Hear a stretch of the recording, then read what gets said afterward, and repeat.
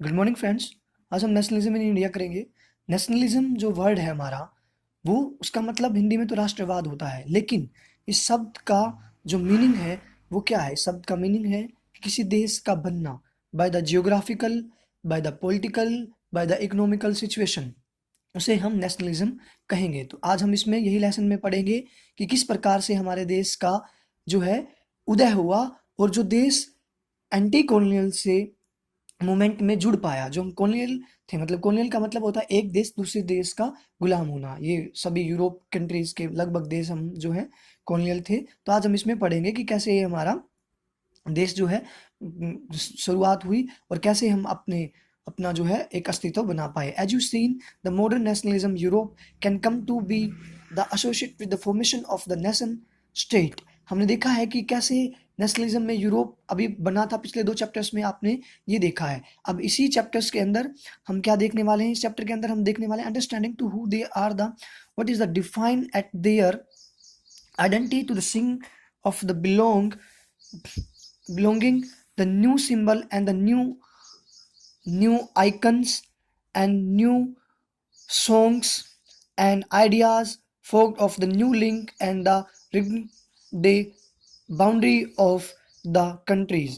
क्या कह रहा है कि किसी देश की बाउंड्री बनना, सॉन्ग बनना, क्योंकि आप जानते हैं कि जब कोई देश बनता है बाउंड्री डिफाइन होती है, उसके लिए उसका लिंक होते हैं, उसके लिए उसके सिंबल, उसके देश के लिए उसके जो है सॉन्ग बनाए जाते हैं या हम बनते हैं। तो अभी in the most of countries meaning of the this nationalism identity the long process how do the consequences emerge in India. सब देशों में एक बहुत बड़ी प्रक्रिया रही है किसी देश को अपने देश बनने में या आज़ादी में। अब हम पढ़ेंगे कि in India as in Vietnam as we other colonial the growth of the modern nationalism in immediately connected to anti colonial movement. अभी एंटी कॉलोनियल जो मूवमेंट है, इस पे आपका एक क्वेश्चन आता है, और ये क्वेश्चन बहुत ही इंपॉर्टेंट क्वेश्चन है आपके लिए। एंटी कॉलोनियल मूवमेंट का मतलब क्या है कि जो कंट्री हमारी कॉलोनियल थी वो कैसे अब एंटी कॉलोनियल की तरफ बढ़ रही थी। और ये एक इरा था। इरा का मतलब एक दौर था, एक समय था जब सब लोग आज़ादी या अपने देश की फॉर्मेशन के लिए काम कर रहे थे। क्योंकि मैंने आपसे ऊपर बताया था कि ये सब जो देश थे, एक ब्रिटेन जो एक सुपर पावर थी उसके अंडर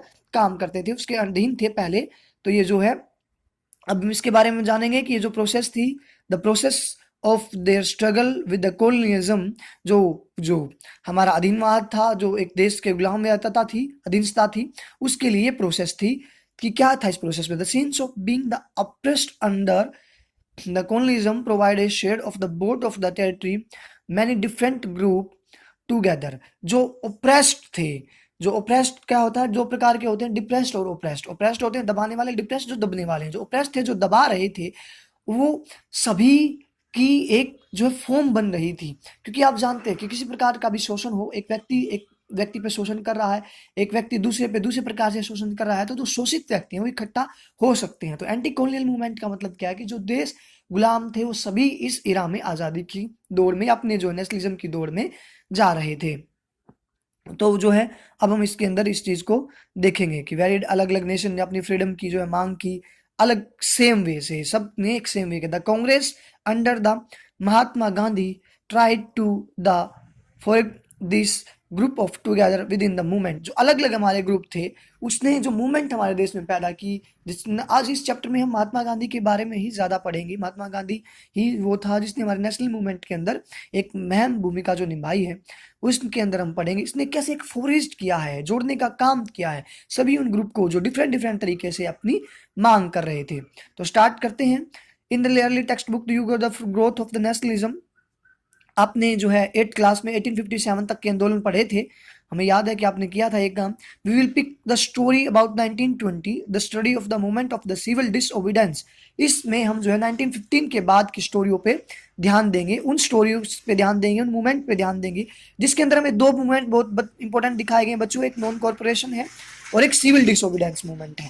देखिए, दोनों के दोनों मूवमेंट बहुत इंपॉर्टेंट है, उनको समझना बहुत इंपॉर्टेंट है। पहली मूवमेंट क्या है हमारी? Non corporation. नॉन कॉर्पोरेशन का मतलब क्या है? देखिए, नॉन का मतलब होता है नहीं, कॉर्पोरेशन का मतलब सहयोग देना, कि भाई मैं आपको सहयोग नहीं दूंगा। ये बात कहाँ है? ये गांधी जी ने एक बुक लिखी थी हमारी हिंद स्वराज, उसके अंदर कहा था कि अगर हमें आजादी चाहिए तो हमें क्या करना चाहिए? हमें करना चाहिए कि हम जो हमको जो दबा रहे हैं, जो वर्ग हम पर राज कर रहा है उस वर्ग का हम क्या कर दें भाई, साथ देना छोड़ दें, तो हम अपने आप आजाद हो जाएंगे। बिल्कुल सही बात है। अब अगर आप पढ़ रहे हैं, मैं आपको पढ़ा रहा हूं, तो हमारे दोनों के सहयोग से ये काम हो रहा है। अगर आप मेरा सहयोग देना छोड़ देंगे तो हम कैसे इस अपनी पढ़ाई को कंटिन्यू कर सकते हैं, नहीं कर सकते। ठीक उसी प्रकार से जो हमारा देश था, जो अंग्रेजों के साथ हम जो जो हम गुलाम थे, उनके लिए हम काम कर रहे थे, तो अगर हम उनके लिए काम करना छोड़ दें तो हम जो है आज़ादी की मुहिम कर सकते हैं। तो पहली मूवमेंट जो गांधी जी की, वो नॉन कॉर्पोरेशन थी। दूसरी क्या थी, सिविल डिसओबीडियंस मूवमेंट। इसको समझिए क्या है सिविल। सिविल का मतलब क्या होता है, डिसओबीडियंस का मतलब क्या होता है। सिविल का मतलब होता है भाई कि देखो, डिसओबीडियंस मतलब कि मैं आपकी आज्ञा का पालन नहीं करूंगा। क्या नहीं करूंगा भाई, डिसओबीडियंस का मतलब मैं आपकी आज्ञा का पालन नहीं करूंगा। और मैं आपकी आज्ञा का पालन नहीं करूंगा कि आप मुझे कोई कानून बनाएंगे अंग्रेज, हम उस कानून को हाथ जोड़ेंगे और कहेंगे कि भाई हम आपके कानून का पालन नहीं करेंगे। ठीक है, तो ये हमारा जो है भाई सिविल डिसोबीडियंस का मूवमेंट हमारा होगा। कांग्रेस ने इस मूवमेंट को, नेशनलिज्म मूवमेंट को कैसे बढ़ाया, कैसे जो है कैप्चर इमेजिनेशन पीपल का, कैसे लोगों को इकट्ठा किया, ये अब हम देखेंगे। तो आपका चैप्टर जो है शुरू हो चुका है अच्छे प्रकार से। अभी आपको इस चैप्टर पे ध्यान देना है। द फर्स्ट वर्ल्ड वॉर, खिलाफत और नॉन कॉर्पोरेशन मूवमेंट, तीनों के तीनों इस स्टैंजा के अंदर आपको दिखाई गई है।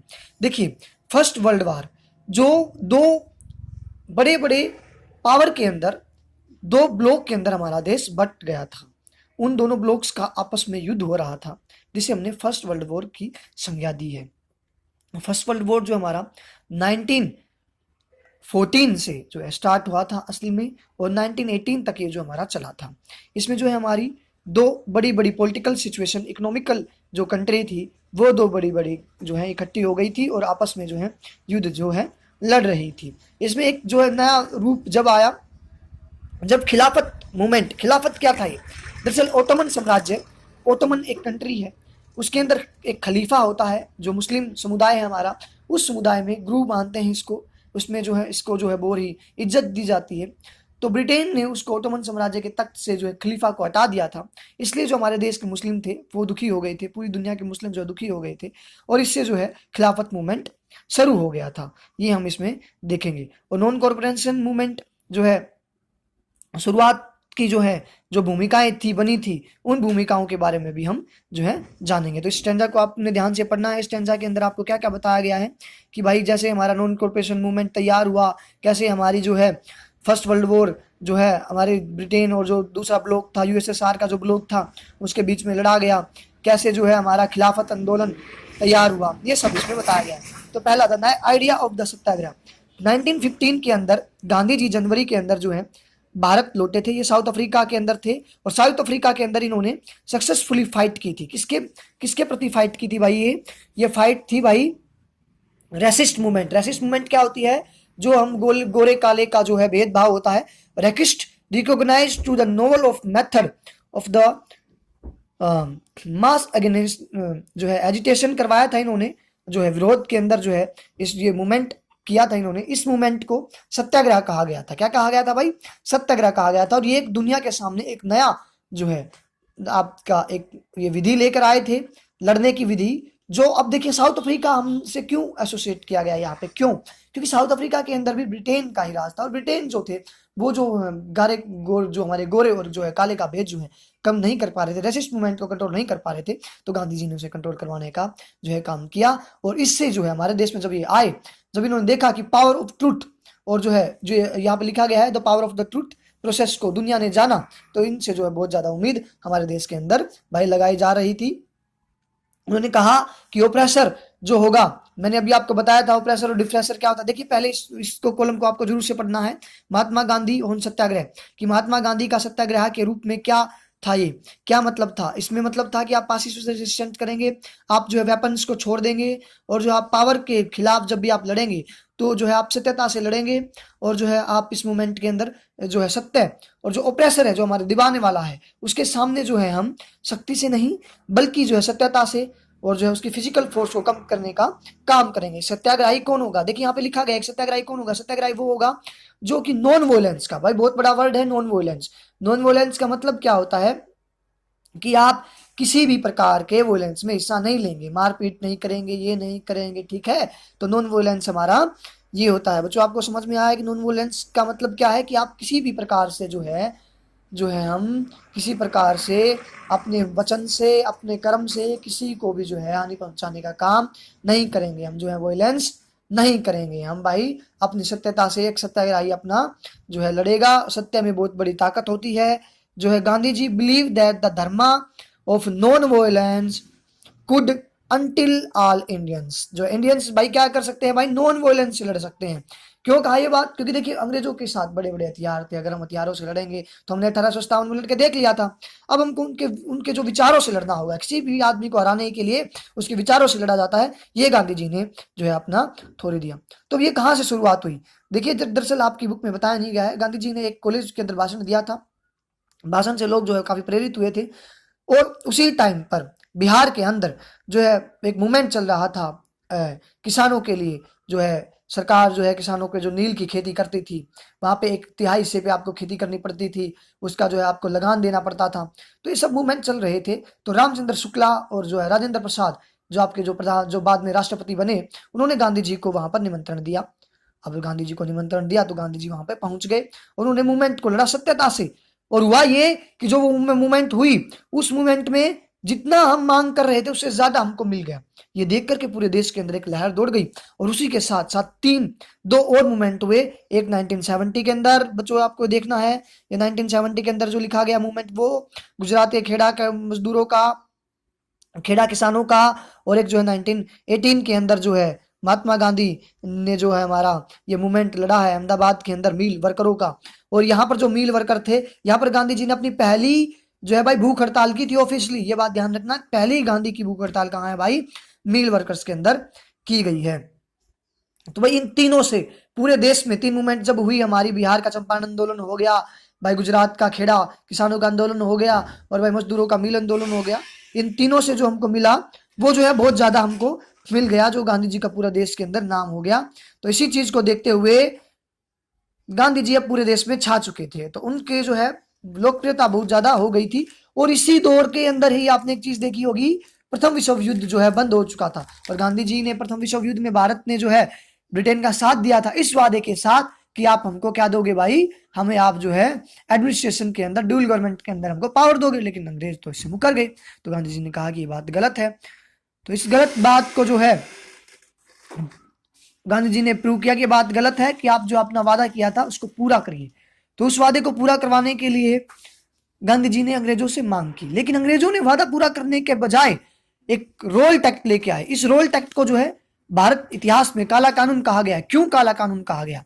क्योंकि इस कानून के तहत आप किसी भी जो इंसान जो है मांग करता हो किसी भी चीज के लिए, किसी भी कानून के लिए, जो किसी भी सहूलियत के लिए, उसे उठाओ और जेल में डाल दो। पॉलिटिकल एक्टिविटीज जो है वो सब की सब जो है क्या कर दी जाएंगी भाई? रोक दी जाएंगी विदाउट कोई केस, ना अपील ना दलील के तहत लोगों को जेल में डाल दिया जाएगा। ये 6 अप्रैल को जो है अपने देश में जो है लागू हुआ। कब हुआ भाई? 6 अप्रैल को। तो 6 अप्रैल को पूरे देश के अंदर ब्लैक डे मनाया गया। कौन सा डे मनाया गया भाई? ब्लैक डे मनाया गया। ये बात आपको देखनी है कि 6 अप्रैल को पूरे देश में ब्लैक डे मनाया गया। पूरी देश के वर्कर्स जो हैं, लोग जो हैं अपने जगहों पर इकट्ठे हुए, स्ट्राइक किया। लेकिन ये मूवमेंट कब जो है पूरा एक तूल पकड़ गया? 13 अप्रैल, जो आप जानते हैं 13 अप्रैल को जो हमारे सिख समुदाय है वो जो है बैसाखी का त्योहार मनाते हैं। उसी बैसाखी के अंदर 2 व्यक्तियों को पंजाब के अंदर फांसी दी गई थी। उस फांसी का विरोध करने के लिए जो है लोग कहाँ इकट्ठे हुए थे भाई? लोग इकट्ठे हुए थे अमृतसर में। कहाँ इकट्ठे हुए थे? अमृतसर में लोग इकट्ठे हो गए भाई 13 अप्रैल को। और जनरल डायर, यहाँ पे लिखा गया है, जनरल डायर ने उनके ऊपर जो है गोलियां चला दी। जो है गोली चलाने का जो है इसमें जो है बहुत ढेर सारे सैकड़ों व्यक्ति मारे गए। इस घटना से दुखी होकर के जो हमारे देश के अंदर एक नया मूवमेंट तैयार हो गया भाई। नए मूवमेंट के लिए गांधी जी ने लोगों को कहा कि जो आपने काम किया है ये गलत है और इसके ऊपर आपको कार्रवाई करनी चाहिए। कार्रवाई के लिए एक जो है सरकार के द्वारा एक कमीशन बनाया गया, जिस कमीशन का नाम था हंटर कमीशन। ये आपकी बुक में नहीं दिया गया है, हंटर कमीशन बनाया गया। लेकिन हंटर कमीशन ने क्या कर दिया? हंटर कमीशन ने जो मांग की गई थी उसका उल्टा ही काम कर दिया। उल्टा क्या कर दिया कि जनरल डायर को जो निर्दोष घोषित कर दिया। अब जिस व्यक्ति ने भारतीयों की सैकड़ों की जान ली हो और अंग्रेज उसे जो है निर्दोष घोषित कर दें, तो आप देखिए देश के अंदर कैसी जो छवि गई होगी। तो गांधी जी ने कहा कि देखिए ये आपने गलत किया है। इसी के रेफरेंस में और सभी चीजों को देखते हुए मूवमेंट शुरू की गई। कौन सी मूवमेंट शुरू की गई भाई? Non corporation movement, non corporation movement. और जो खिलाफत मूवमेंट मैंने आपको बताई थी, इसको भी इसमें जोड़ दिया गया। जनवरी 1921 के अंदर नॉन कॉरपोरेशन मूवमेंट शुरू की गई। तो आज आपने नॉन कॉरपोरेशन मूवमेंट तक ही हमारा जो है टॉपिक हम करने की कोशिश करेंगे। नॉन कॉरपोरेशन मूवमेंट का मतलब होता है जो भी आप कार्य करते हैं उस कार्य में आप अंग्रेजों का साथ देना छोड़ दीजिए। स्कूल के अंदर बच्चों ने जाना छोड़ दिया, जो हमारे लॉयर्स हैं उन्होंने जो है वकालत करनी छोड़ दी, टीचर्स ने पढ़ाना छोड़ दिया, किसानों ने जो है लगान देने छोड़ दिए। ये आपका अलग अलग मूवमेंट दिखाया गया है कि movement in the town, town के अंदर जो मूवमेंट किस प्रकार किया गया। टाउन के अंदर जो लोग थे वो क्या थे भाई? दुकानदार थे, व्यापारी थे। उन्होंने पिकेटिंग, एक वर्ड आया है, पिकेटिंग का मतलब होता है भाई डिमोन्स्ट्रेशन, टोटल प्रकार, जैसे आजकल ये लॉकडाउन चल रहा है ठीक इसी प्रकार से पूरी की पूरी दुकानों को बंद कर देना, फैक्ट्रियों को बंद कर देना, ये था भाई पैकेटिंग। क्या था भाई वर्ड? पैकेटिंग। पैकेटिंग वर्ड की डेफिनेशन आपको आनी चाहिए।